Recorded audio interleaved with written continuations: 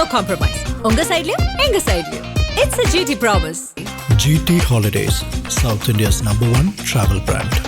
Yes, வீடு, schools, hotels, store room எங்கெல்லாம் partition wall கட்டணும்னாலும் இப்போ பில்டிங் போனஸோட first choice Renocon Rapid Wall Panels. ஈரானின் ஒரு பகுதியில் அமெரிக்காவுடைய கடற்படை ஏவுகணை மூலமாக இந்த பந்தர் அப்பாஸ்ங்கிற துறைமுக நகரத்தை தாக்கியிருக்காங்க. இந்த பந்தர் அப்பாஸ் இடம் வந்து ஹார்மோஸுக்கு பக்கத்தில் இருக்கின்ற ஒரு துறைமுகம். ஓகே. அப்ப அங்க பல்வேறு நாட்டு கப்பல்கள் பந்தர் அப்பாஸ் துறைமுகத்தில் இருக்கிறது. அதனால அது தாக்குதல் என்பது அது உலக நாடுகளுக்கே ஒரு எச்சரிக்கை போன்றுதான் எடுத்துக்குவாங்க. இப்ப அதன் மூலமாக என்ன ஆயிடுச்சுன்னா இன்னைக்கு மீண்டும் வந்து ஈரான் அமெரிக்காவுக்கான சண்டை, அதாவது போர் நிறுத்தம் வந்து முறிவு ஏற்பட்டு எதற்கு வந்து இவ்வளவு நெருக்கடி கொடுக்குறாங்க ஈரானுக்கு அமெரிக்கா? ஆப்ரஹாம் ஒப்பந்தம் மிக முக்கியமான ஒப்பந்தம். என்னன்னா அமெரிக்காவும் இஸ்ரேலும் சேர்ந்து இந்த ஒப்பந்தத்தை உருவாக்கினார்கள் சொல்றாங்க. இதன் அடிப்படையில் என்னன்னா அனைத்து அரபு நாடுகளும் இந்த ஒப்பந்தத்தில் கையெழுத்திட்டால் மட்டும்தான் இஸ்ரேலுக்கும் அரபு நாடுகளுக்குமான பிரச்சனை தீரும் அப்படின்னு இஸ்ரேல் சொல்றாங்க. இது கிட்டத்தட்ட இஸ்ரேலுடைய அகண்ட இஸ்ரேலை ஏற்றுக்கொண்டால் மட்டும்தான் பிரச்சனை தீரும். பஹ்ரைன் இந்த ஒப்பந்தத்தில் கையெழுத்து போட்டாங்க. அதுக்கப்புறம் இன்னொரு நாடு மொராக்கோ, சவுதி அரேபியா கூட அந்த ஒப்பந்தத்திற்கு ஒத்துக்கிட்டாங்க. இப்படி ஒவ்வொரு நாடும் இந்த ஒப்பந்தத்தை ஏற்றுக்கொள்ளும் பொழுது ஈரானும் ஏற்றுக்கொள்ள வேண்டும் அப்படின்னு அமெரிக்கா சொல்லுது. இப்ப இதை ஈரானுக்கு நிர்பந்திக்கிறாங்க. ஆப்ரஹாம் ஒப்பந்தத்தை நாங்கள்லாம் ஏத்துக்க மாட்டோம். யார்? பாகிஸ்தான். அமெரிக்காவுடைய நெருங்கிய கூட்டாளி அடியால் பிராக்சி அவங்களே ஏத்துக்க மாட்டாங்கன்னா அப்ப அந்த ஒப்பந்தத்தில் என்ன இருக்குன்னு நீங்க தெரிஞ்சுக்கங்க. பிரிட்டன் கூட இன்னைக்கு அமெரிக்காவுக்கு எதிரான ஒரு அறிக்கையை கொடுத்திருக்காங்க. என்னன்னா அமெரிக்கா செய்வது என்பது ஏற்றுக்கொள்ள முடியாத விஷயமா போயிட்டே இருக்கு. இது ஈரானை மறுபடியும் தாக்குறாங்க. ஏற்கனவே வந்து எகனாமிக் கிரைசிஸ் உச்சத்துக்கு போயிட்டு இருக்கு. கச்சா எண்ணெய் அதிகப்படுத்திட்டு இருக்கு. இது அமெரிக்காவையும் தாக்கி இருக்கு. இன்னைக்கு அமெரிக்காவிலையும் கச்சா எண்ணெய் விலை கூடிக்கிட்டு இருக்கு. ஈரானுடைய உச்சபட்ச தலைவர் முஸ்தபா அலி கமேனி அவர் சார்பில் அறிக்கை வந்திருக்கிறது. என்ன தெரியுமா? இனி அரபு நாடுகளுக்கு அமெரிக்கா ஒரு சொர்க்கமாக இருக்காது. உங்களுக்கு அமெரிக்கா இனிமேல் உகந்த நாடு அல்ல அப்படின்றாங்க. இது வந்து ட்ரம்புக்கு பெரிய கோபத்தை கொடுத்துக்கிட்டே இருக்கு. ஆதானையர்களுக்கு அன்பு வணக்கம். இன்று நம்மோடு எழுத்தாளர் திருமிகு புதுமடம் ஹலீம் அவர்கள் இணைந்துள்ளார். வணக்கம் ஹலீம் சார். வணக்கம். அமெரிக்கா ஈரான் போர் காரணமாக உலகமே ஒரு மிகப்பெரிய ஒரு பொருளாதார நெருக்கடியில் இருக்கு. பெட்ரோல் விலை இந்தியாவில் வந்து நாளுக்கு நாள் உயர்ந்துக்கிட்டே இருக்கு. ஒரு மிகப்பெரிய வந்து ஒரு கிரைசிஸ்ன்னு சொல்லுவாங்க, குளோபல் கிரைசிஸில் வந்து உலகம் மாட்டியிருக்கு. இருந்தாலும் ஈரானை வந்து அமெரிக்கா வந்து தொல்லை பண்ணிக்கிட்டே இருக்காங்க. ஈரானுக்கு அமெரிக்கா நெருக்கடிகள் கொடுத்துக்கிட்டே இருக்காங்க. சமீபத்தில் ஒரு மிகப்பெரிய அப்டேட்டு, ஒப்பந்தத்தில் கையெழுத்து போட சொல்லி நெருக்கடி கொடுத்துருக்காங்க. ஆப்ரஹாம் ஒப்பந்தம்னு பேர். எதற்கு வந்து இவ்வளவு நெருக்கடி கொடுக்குறாங்க ஈரானுக்கு அமெரிக்கா? இப்போதான் வந்து ட்ரம்ப் வந்து சைனாவுக்கெல்லாம் போயிட்டு வந்தார். சைனா வந்து ஈரானுக்கு ரொம்ப நெருக்கமான நாடு.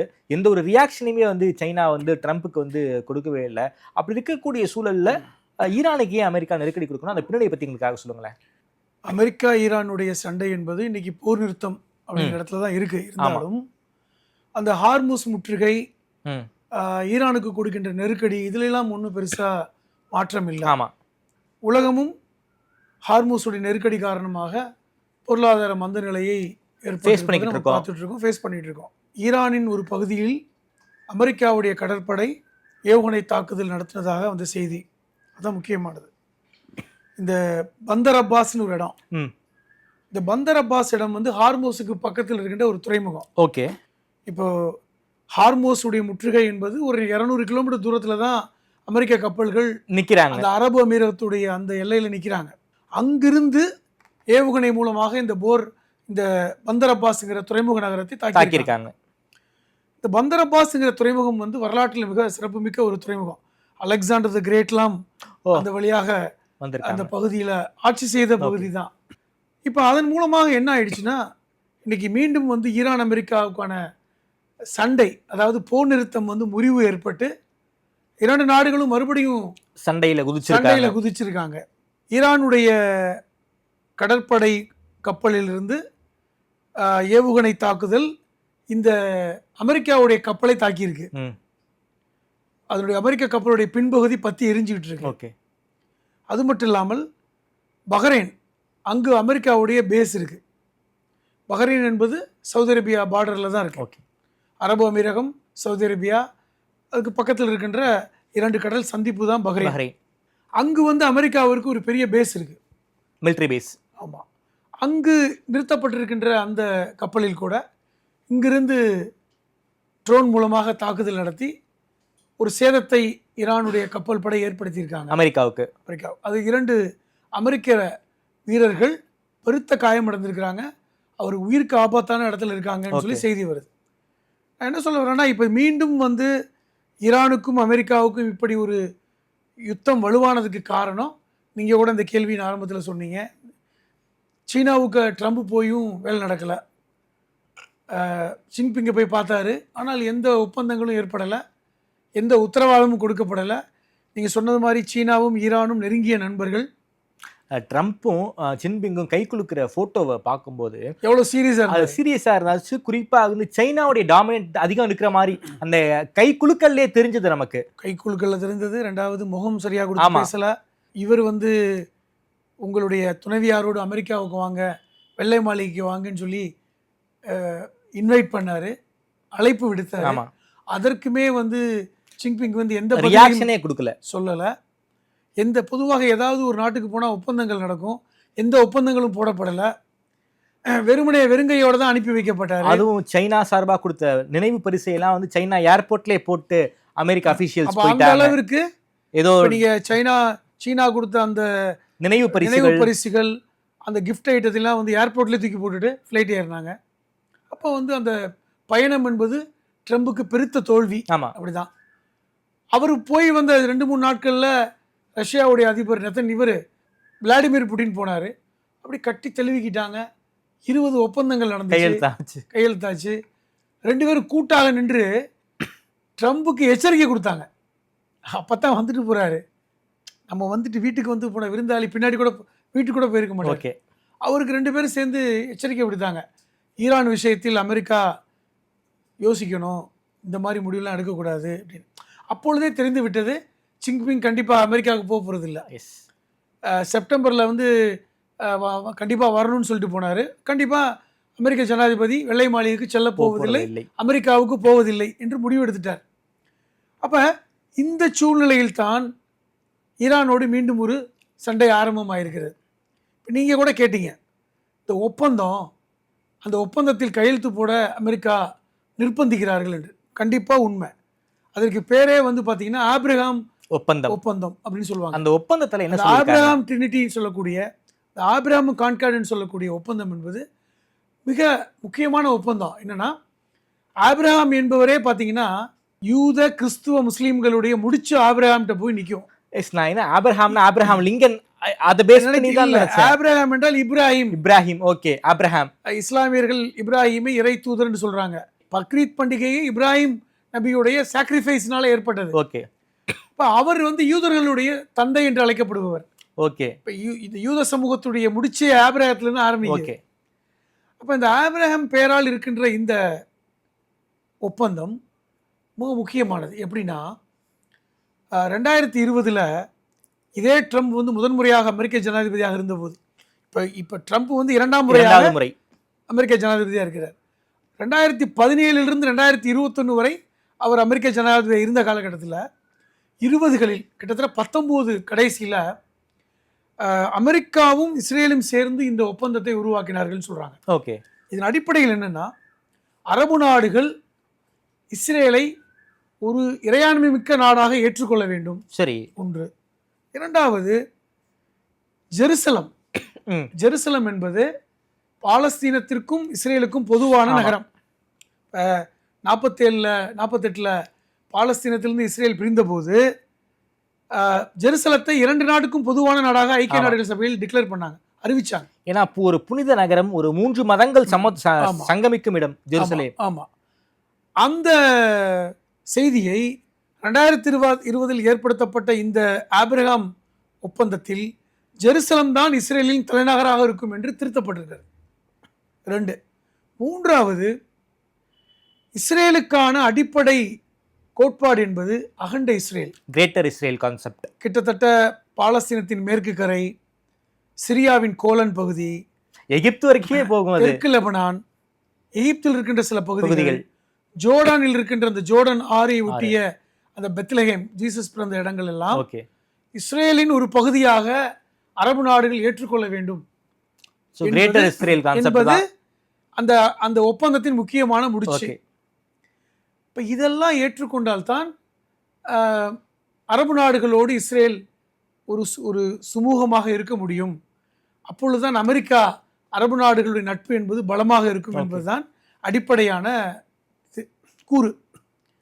அதன் அடிப்படையில் 1920களில் இந்த ஒப்பந்தங்கள் போடப்பட்டது. அரபு அமீரகத்தோடு அந்த ஒப்பந்தம் போட்டாங்க. அரபு அமீரகம் அதை ஏற்றுக்கொண்டது. இன்று வரை அரபு அமீரகம் இந்த ஆபிரகாம் ஒப்பந்தத்தை ஏற்றுக்கொண்ட நாடுகளில் முக்கியமான நாடு.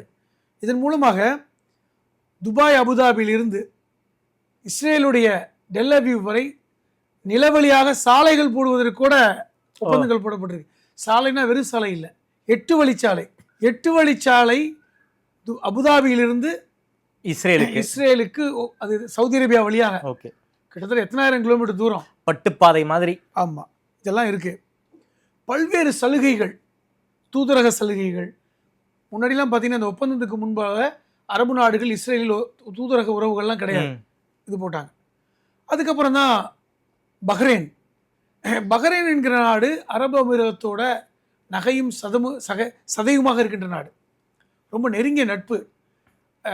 அரபு அமீரகத்தில் இருக்கின்ற அந்த அபுதாபி மன்னருக்கும் பஹ்ரைன் மன்னருக்கும் நெருங்கிய நட்பு இருக்கிறது. அவருடைய அரண்மனை இங்கு இருக்கிறது, இவருடைய அரண்மனை அங்கு இருக்கிறது. அந்த அளவுக்கு நட்பு. அதுக்கப்புறம் பஹ்ரைன் இந்த ஒப்பந்தத்தில் கையெழுத்து போட்டாங்க. ஆமாம். அதுக்கப்புறம் இன்னொரு நாடு மொராக்கோ, அது ஒரு ஆப்பிரிக்க நாடு, அவங்களும் கையெழுத்து போட்டாங்க. ஆப்பிரிக்க நாடுமே அரபு அமீரகத்தோடும் பஹ்ரைனோடும் நெருங்கிய நட்பு இருக்கின்ற நாடு. இப்படி ஒவ்வொரு முஸ்லீம் நாடாக அரபு நாடாக இந்த ஒப்பந்தத்தில் கையெழுத்து போட்டே வராங்க. ஆமாம். கத்தார் அதுக்கு ஒத்துக்கிட்டாங்க. ஓகே. சவுதி அரேபியா கூட அந்த ஒப்பந்தத்திற்கு ஒத்துக்கிட்டாங்க, இணைந்து வந்துட்டாங்க. இன்னும் அது ஒப்பந்தங்கள் முடியலைன்னு நினைக்கிறேன். இப்படிதான் சூழல்.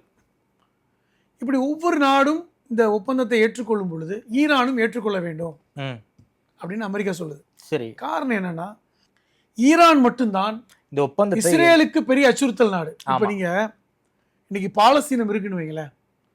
பாலஸ்தீனம் அடிப்படையில் அரபு மொழி பேசுகின்ற நாடு. ஈரான் அரபு மொழி பேசுகின்ற நாடு அல்ல, அவர்களுக்கு தனி மொழி, பார்சி மொழி பேசுகின்ற நாடு. ஆனால் அரபு மொழி பேசுகின்ற அரபு நாடுகளுடைய சப்போர்ட்டை விட ஈரானுடைய அனுசரணை தான் பாலஸ்தீனத்துக்கு தேவையா இருக்கு இல்லையா? அப்ப இன்னைக்கு பாலஸ்தீனத்தை ஆதரிக்கின்ற நாடு ஈரான். அப்ப இந்த ஒப்பந்தத்தில் கையெழுத்திட்டால் பாலஸ்தீனத்து விஷயத்தில் ஈரான் தலையிட முடியாது. இன்னைக்கு வரைக்கும் அரபு நாடுகள் பாலஸ்தீன விஷயத்தில் தலையிட முடியாது இருக்கிறது காரணம் இந்த ஒப்பந்தங்கள் தான்.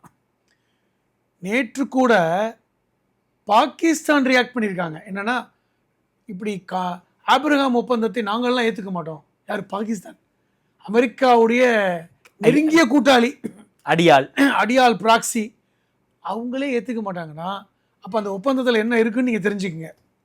இப்போ இதை ஈரானுக்கு நிர்பந்திக்கிறாங்க. இப்போ அடிப்படையில் இஸ்ரேலுடைய விருப்பம் இதுதாங்க.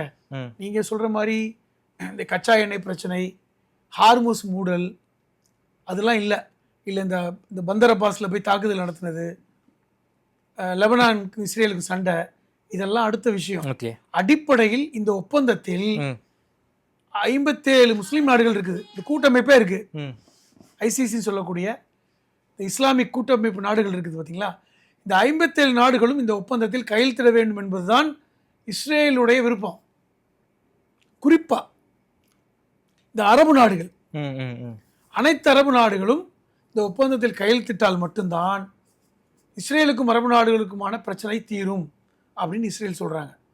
இது கிட்டத்தட்ட இஸ்ரேலுடைய அகண்ட இஸ்ரேலை ஏற்றுக்கொண்டால் மட்டும்தான் பிரச்சனை தீரும். இஸ்ரேலுடைய ஆதிக்கத்தை யாரும் தடை செய்யாமல் இருந்தால் மட்டும்தான் அரபு நாடுகளுக்கும் இஸ்ரேலுக்குமான பிரச்சனை இருக்காது. ஸோ இஸ்ரேலுடைய ஆதிக்கத்தை ஈரானும் ஏற்றுக்கணும்னு சொல்றாங்க அமெரிக்கா. இவ்வளவுதாங்க பிரச்சனை, இவ்வளவுதான் மேட்டர். இதைத்தான் சொல்லுவதற்கு தான் சுத்தி வளைச்சு சண்டை போடுறாங்க. ஓகே, சுத்தி வளைச்சு இந்த எண்ணெய்க்காக சண்டை போடுறோம், ஹார்மோஸுக்காக சண்டை போடுறோம் அப்படின்றாங்க. இதை ஈரான் புரிந்து கொண்டதுனால தான் ஈரான் என்ன சொல்றாங்கன்னா, இதை ஏற்றுக்க மாட்டோம். ஆனால் இன்னொரு கண்டிஷன் போட்டுக்கிட்டே இருக்காங்க, நம்ம பார்க்குறோம். என்ன? செறிவூட்டப்பட்ட யுரேனியத்தை அழிக்க வேண்டும் என்று ஈரான் கேட்குறாங்க, அதாவது அமெரிக்கா கேட்குறாங்க. அதற்கு இன்னைக்கு ஈரான் ரியாக்ட் பண்ணியிருக்காங்க. என்னன்னா, செறிவூட்டப்பட்ட யுரேனியத்தை நாங்கள் எந்த விதத்திலும் அமெரிக்காவிடம் ஒப்படைக்க முடியாது. ஓகே, அது எங்களுடைய சொத்து.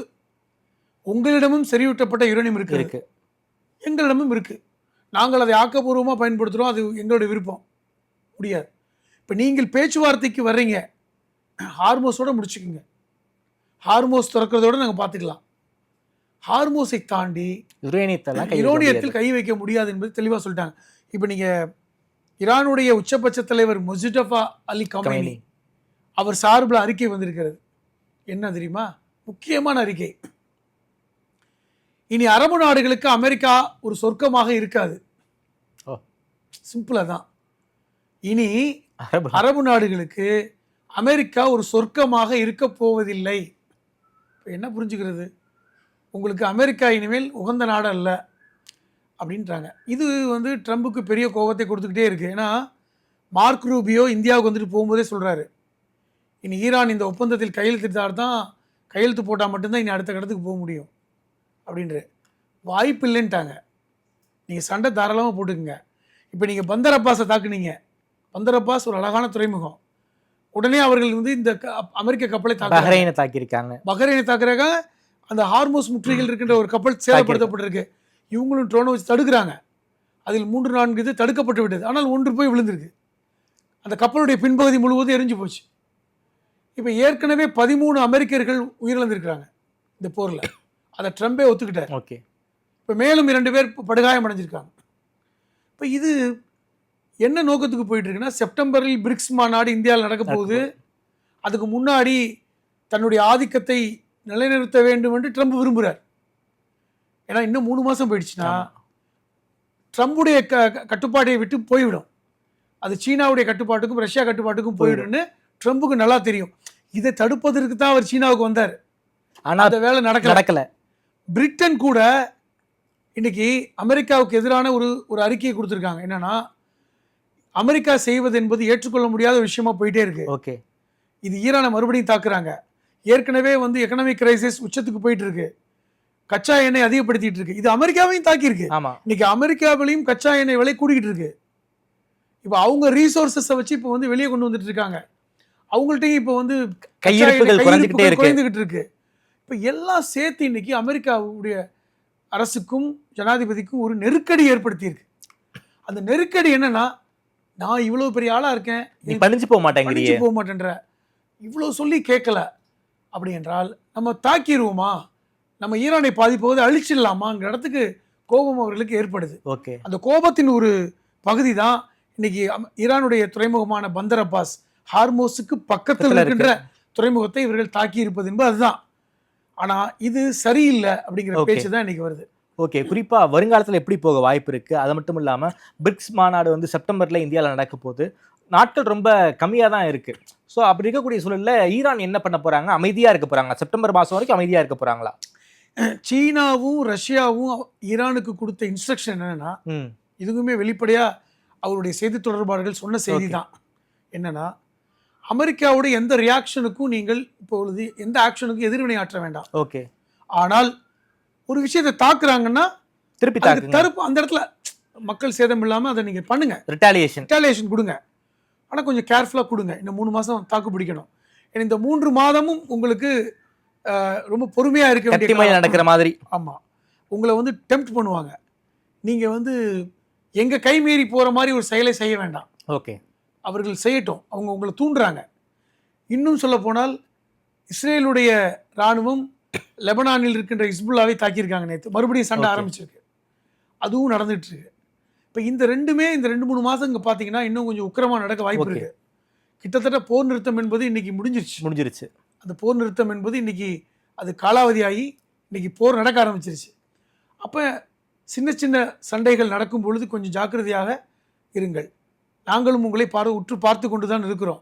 இதே நேரத்தில் இன்னைக்கு வந்து உலகம் இந்த பொருளாதார பிரச்சனையின் காரணமாக தத்தளிக்க தொடங்கி இருப்பதையும் அவர்கள் உணர்றாங்க. ஆமா, இது நல்லதில்லைன்னு, உலகத்துக்கு நல்லதில்லை.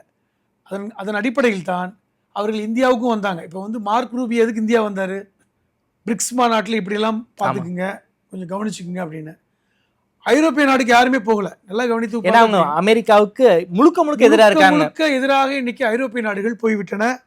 சொல்லப்போனால் ஸ்பெயின், அயர்லாந்து, நார்வே, இன்னைக்கு யுனைடெட் கிங்டம் எல்லாமே இன்னைக்கு பிரிக்ஸில் உறுப்பினராக சேரக்கூடிய வாய்ப்புகள் வந்து விட்டு. ஓகே, இதுதான் நிலைமை.